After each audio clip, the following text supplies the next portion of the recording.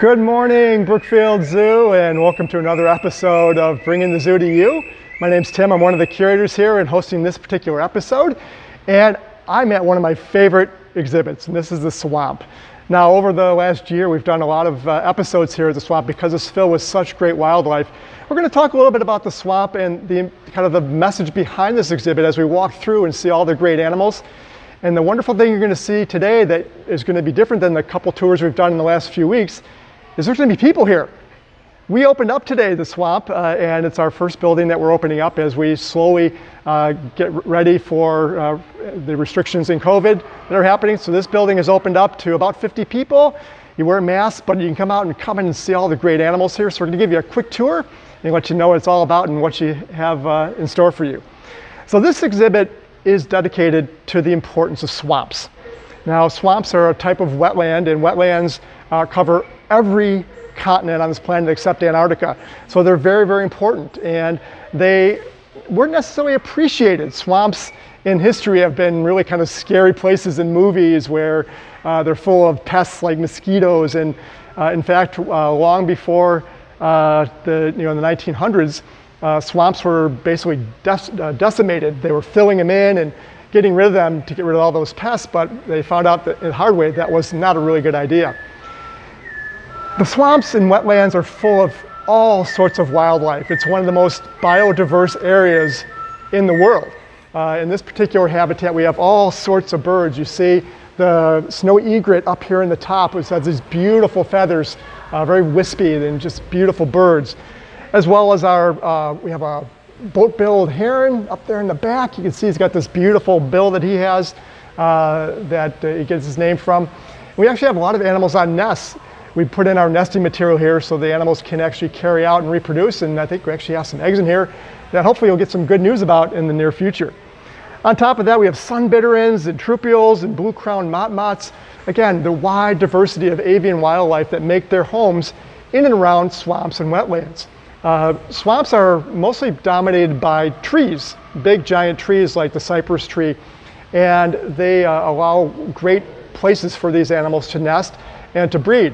A lot of these animals will eat fish or crustaceans, and so the swamp aquatic area provides a lot of food for them as well. So it's a great kind of gathering place for lots of animals to live or to pass through to get a meal or to spend their entire lives.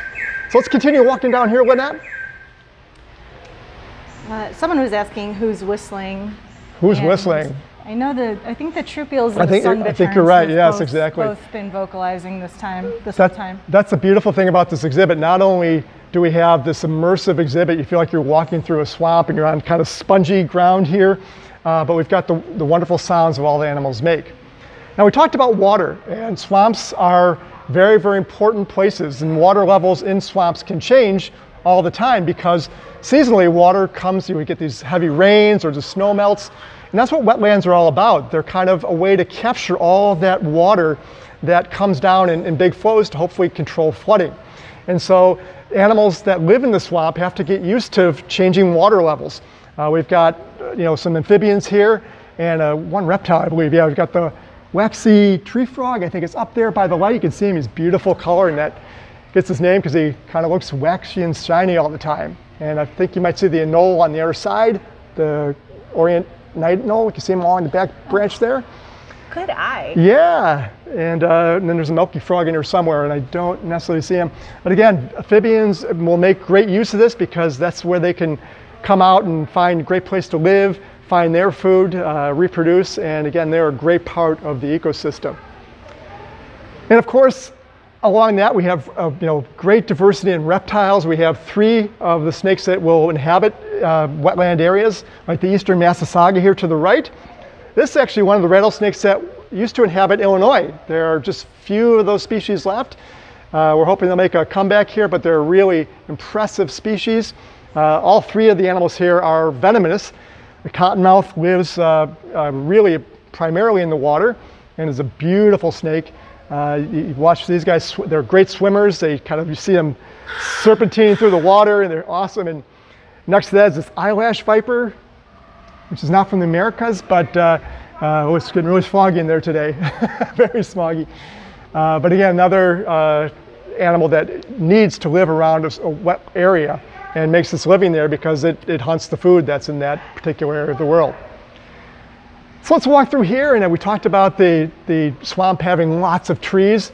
One thing that's a part of the trees in the swampy area is this beautiful plant called Spanish moss. You can see it hanging off of here. Now, it's not Spanish and it's not moss. It's a misnomer. This is a type of, actually a succulent. It's actually in the pineapple family, which is crazy. But this is an epiphyllate that actually lives on trees. It doesn't put a root in the tree. It doesn't get food from the tree. It just gets moisture out of the air and dust particles is how it feeds. But it makes this beautiful look here that swamps are known for. And if you go down to the southeast, you'll see lots of trees covered in the Spanish moss. Interesting enough, it has a seed very much like a dandelion that gets caught up in the air and gets blown across until it finds another home in a new tree where it can take up a home. Some more birds here. Again, lots of avian life. We've got the sacred ibis up there, the beautiful red bird that you see. And next to it, it's a cousin, the white ibis, which is here in the Americas. Have that long bill. Of course, they use that to find their food in the water and pick it up. Lots of waterfowl, of course. We've got the whistling ducks here that you see, or the pochards that are swimming around. Again, they find the open areas of water and make up their home here. And very vocal today. Yeah, that guy up there. Yeah, so again, the trees, of course, make great perching spots and places to make nests for birds. And so you get all sorts of different species of birds throughout the wetlands, especially in swamps, which have all those wonderful trees. Moving down our little walkway here, of course, there are big reptiles that live in swamps as well, and that are our crocodilian species. This is the Orinoco crocodile, which lives in South America. It is the largest crocodilian species in the New World. There are larger ones, but this one is quite big. It can get over 10 feet long and weigh about 800 pounds. They are very good at keeping the waterways healthy and balanced because they'll start to bring they eat fish, and so they'll make sure that the fish populations don't get overwhelmed, especially fish that might be in there that are invasive and could affect the balance of nature in the waterway. This particular animal is just about as primitive as you can get. You see that they look like a lot of the crocodilians, but they have the long, kind of the V-shaped head, which separates them from alligators. But they have the same kind of lifestyle. They spend a lot of time just waiting for food, conserving their energy, and they can live, decades long. But again, beautiful species that you can see, and we can go around the corner. We'll make our way through this big tree that we're walking by. Again, more Spanish moss. Ooh, and orchids, yeah. So wetlands, especially swamps, are great places for these really beautiful flowers like orchids to grow. People have learned that the swamp is not only a beautiful place to be, but it's very critical to life. When the swamps are being filled in or trees are being cut down, all of a sudden the swamps started to disappear. And about 2/3 of the crustacean, like shrimp and crabs and crawfish and fish come from wetlands. And so it's important to keep these healthy. In this particular area, we've got a couple cool species here, and that is a stingray. Cool. Yeah, it's a white-blotched river stingray. Most people don't believe. Yeah, most people don't know that stingrays can be in fresh water as well. But again, looks just like its relatives that live in saltwater, but makes its home in the freshwater area. And in the back, you see there's a suckermouth catfish. Again, all animals that live in the water. Now, when water comes into a swamp or a wetland, the wetland actually acts like a sponge and can take out contaminants. It's a big, giant filter. And so the water that leaves the swamp or the wetland is actually much cleaner than when it went in. Upstream, typically, lots of nitrogen and other chemicals that can come from agriculture, other areas, get into the water source. And when they go into the waters of the wetlands and the swamps, the soil and the trees and the plant life actually absorb some of those nitrogens and make sure that with the water that leaves is much healthier than went in. Beautiful fish. Someone asked what the crocodiles' names are. We have Carlita and Buttercup. That's right, yes. Beautifully, names you wouldn't associate with a large apex predator, but they are great animals. And again, more animals, again, turtles and other fish that you might see here, like the neon dwarf rainbow fish. And these are the red-bellied short-necked turtles that are kind of hanging out with somebody's taking a ride today along the way. But again, all these animals make their homes in the ever-changing water levels of the swamp and are quite essential to the effectiveness of the swamp and doing its job and being, again, the most biodiverse areas in our world. More snakes here, the Haitian Boa, and we've got mossy frog. I don't know if we're going to see them today. They're so hard to pick up because they're so well camouflaged.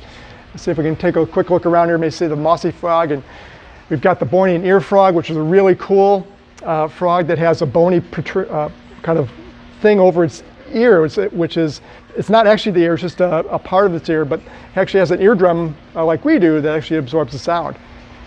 And those are the black-breasted leaf turtles you see there. You look at the back of their shell, you can see why they get their name. It's kind of that scattered edge that makes it look like a leaf pattern. It's really cool. Yeah. Pretty big snake over here. The false water cobras. We've got two of the species here. This animal is not a true cobra, hence its name.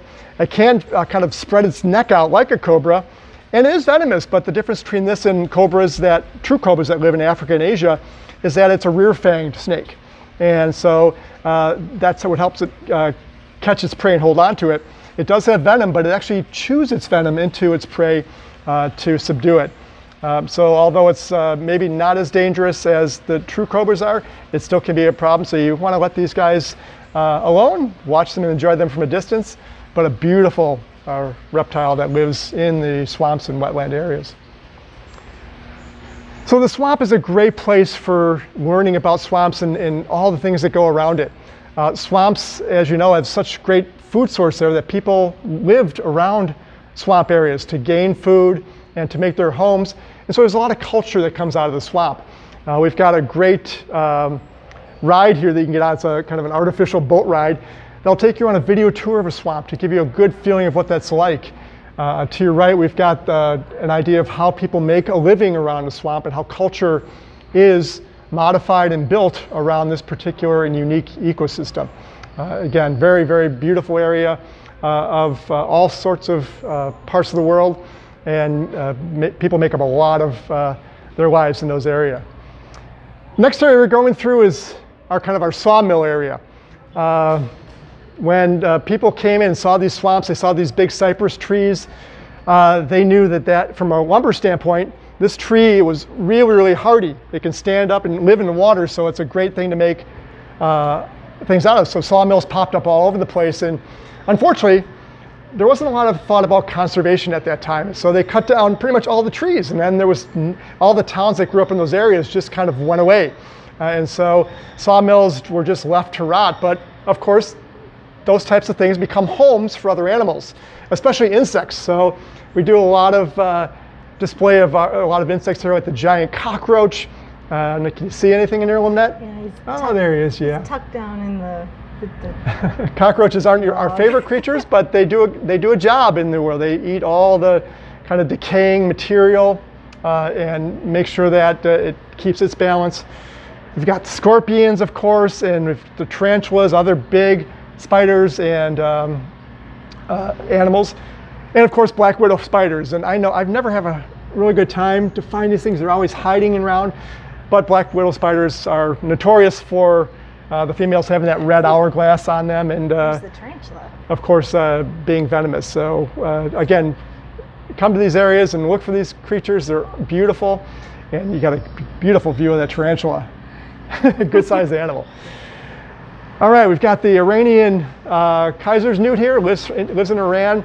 A special type of animal that is a salamander, but not all newts are salamanders, and not all salamanders are newts. That's kind of one of the complexities of animals like this. But they are an important part of the habitat, again, being important to their particular niche in that area. A little farther over, a big salamander. These are the Chinese giant salamanders, and I don't know if we're going to get a good look at them today. Oh, look at that.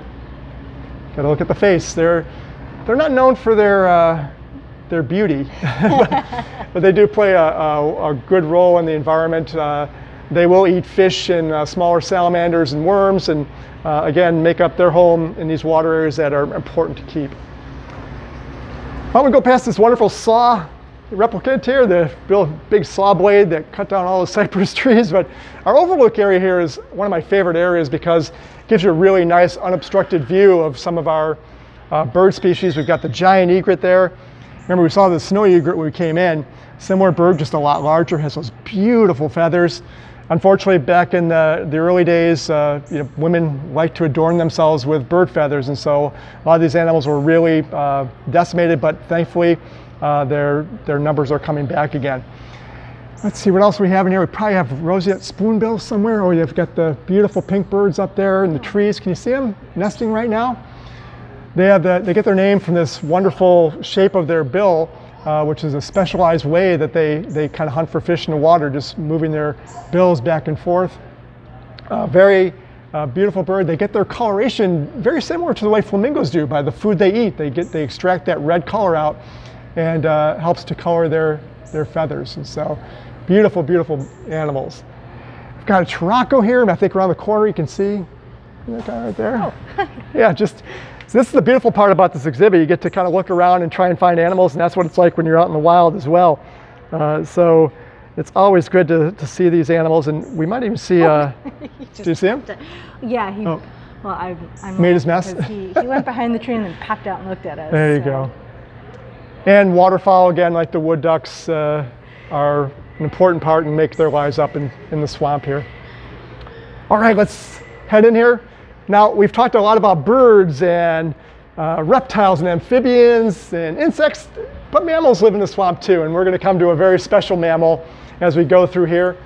One that, thankfully, is making its way back to Illinois. Otters were kind of extirpated from this area a long time ago, but they're making their way back, and they're just a beautiful animal, very just enormous personality. And we've got Benny and Charlotte here. It looks like they're going for a nice swim. Benny and Charlotte, as you know, gave birth to our pup that's been doing a lot of a zoo to use that you had here, and they are just an amazing part of the landscape. They, of course, will, as otters do, they're a carnivore, and so they help us to keep the populations of fish and other animals that they eat down to a manageable size. And we love having them back in Illinois because they're just such a great part of the landscape. And hopefully if you go on hikes someday, you'll start to see them as their numbers grow up. So I talked about that pup that we have here. And today is the last day to be part of the naming process, to put your vote in for the names we have. So go to our website and add it in, because tomorrow we're going to once the tally is in, we're going to announce the name tomorrow on TikTok. So make sure you can go to our website to make sure you can find out what those names are, put your vote in, come back tomorrow and on TikTok, and you'll get to find out what the name of that beautiful pup is. Well, that's our tour of our swamp. It was so glad to see you again, and make sure you come back out again. Again, this building is open for a limited amount of people. Wear your mask, of course, and we look forward to seeing you at Brookfield Zoo very soon. Have a great day.